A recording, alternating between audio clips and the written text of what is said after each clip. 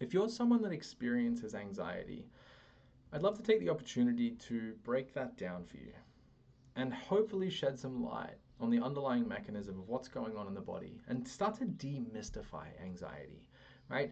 You take 10 people and you ask them to describe anxiety and you get 10 different responses, right? We don't have this clear definition. Most people experience it differently. Like, I know what anxiety feels like to me, but what it feels like to you might be very different. And so today in this video, I'd love to break down the role that anxiety can play and how a certain way of reframing can really support us and perhaps not being controlled by anxiety, right? And having a little bit more influence over it. My name's Campbell. I'm a breathwork educator. I'm a physiotherapist, and I really like to break down how our body works, because the better we understand something, the more effective we can use it. And so let's talk about anxiety. I've asked hundreds of people what they experience anxiety to be. And often the response that I get is a description of physiology. Someone explains to me, my heart races, my chest feels tight, my throat closes, my palms sweat, my mind races, right? I feel this sense of discomfort or apprehension, right? All of these things are based in physiology. Yet, when we look at anxiety, the label it is given is a mental health disorder.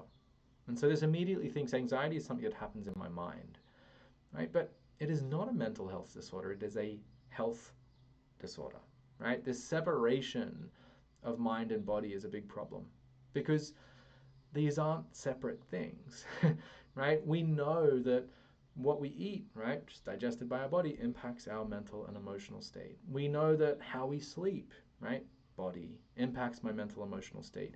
Our connection to nature, our connection to others, right, our environment in which we live in terms of light, sunlight, right, our use of things like social media and technology and what that does to our visual field and our attention circuits and our dopamine and how that impacts our mental and emotional state.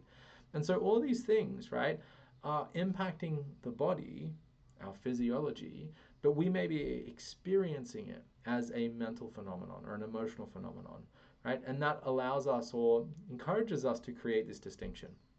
But when we actually look at how we can address anxiety, we find that these mental-based strategies just aren't that effective, right? If you could think your way out of anxiety, it wouldn't be a problem, right? But tell me how effective that is. You can tell yourself, I'm calm, it's all good, as much as you like, but if you don't address your physiology, you're still going to feel anxious, right? And you probably know this to be true. And so instead of us having these mental frameworks or tools of psychology, things like cognitive behavioral therapy, reframing, when we instead apply tools of physiology, right, that impact my body, we find that the experience we're having changes. And this is really, in my opinion, the way forward when we look at things not just like anxiety, but pain and fatigue and sleep, right, and mood and stress levels, is having an understanding of, is my body, right, being supported? Are my needs being met? Or is this expression of symptoms, right, dependent on the fact that my needs aren't being met? I want to quickly tell a story. My wife was away for a week, right? We have a 2-year-old, and that week was pretty intense in terms of my 2-year-old wasn't sleeping. He was up 2-3 times a night, right, for 30, 40, sometimes 60 minutes. So my sleep was incredibly fragmented. I found that I was relying more on caffeine, so I was probably more stimulated than I needed to be. I was trying to juggle looking after my son and running my business, so that meant I had less time to exercise, or let me rephrase that. I was prioritizing my work over my physical outlet and expression and doing exercise. And so when we combine these things, right, underslept, overstimulated, right, feeling a little bit under pressure, not having a physical outlet, I wasn't exercising. When I think back on it, I probably wasn't eating as well as I usually do, and I was experiencing a lot of anxiety. Now, do I have anxiety, right? Do I have this pathology? Do I have this mental health disorder? Or is my body expressing a set of symptoms to notify me that my needs aren't being met, right? It's a completely different way to look at it, right? If I went to the doctor that week and I explained what I was going through, I would have been told, you have anxiety.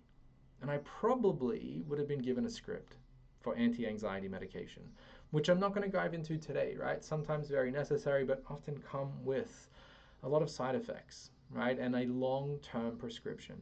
And so did I have anxiety or was my body expressing, right, that its needs weren't being met? I wasn't exercising, I wasn't eating well, I was drinking too much caffeine, and I wasn't sleeping.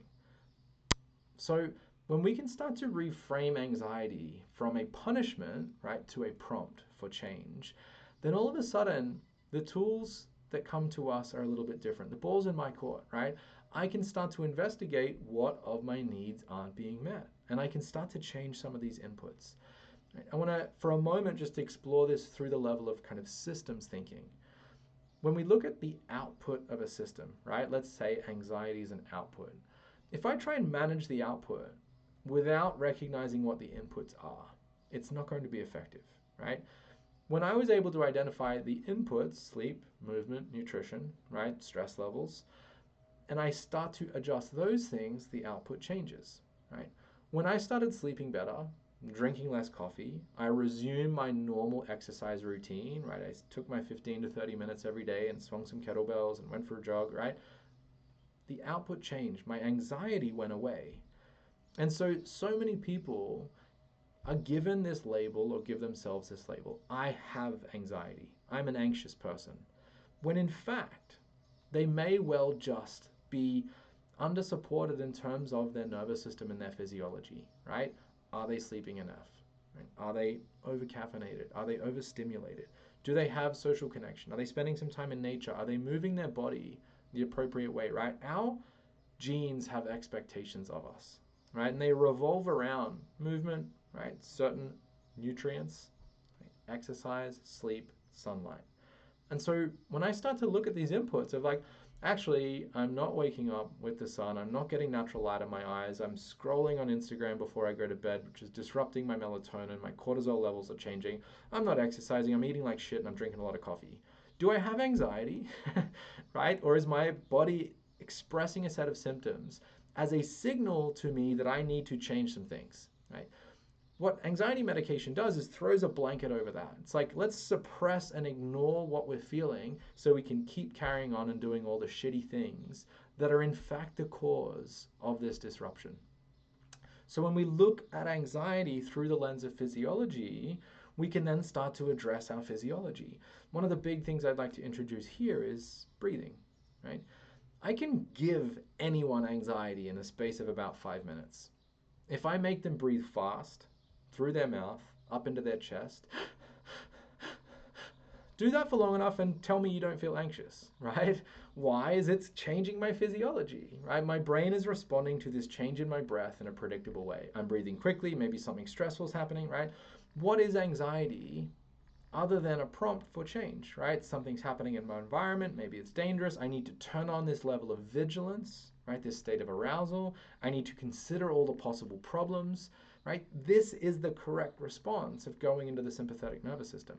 So is anxiety a disorder in that situation? No, right? It's our nervous system designed to express to us, hey, some things are telling me that the environment might be unsafe. Maybe we should scan for threats. Maybe we should consider worst case scenario. Maybe we should mobilize, right?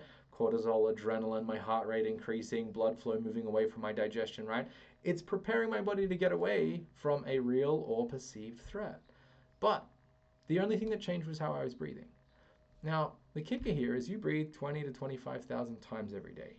And 99% of those breaths go unnoticed. Maybe 99.9% of those breaths go unnoticed.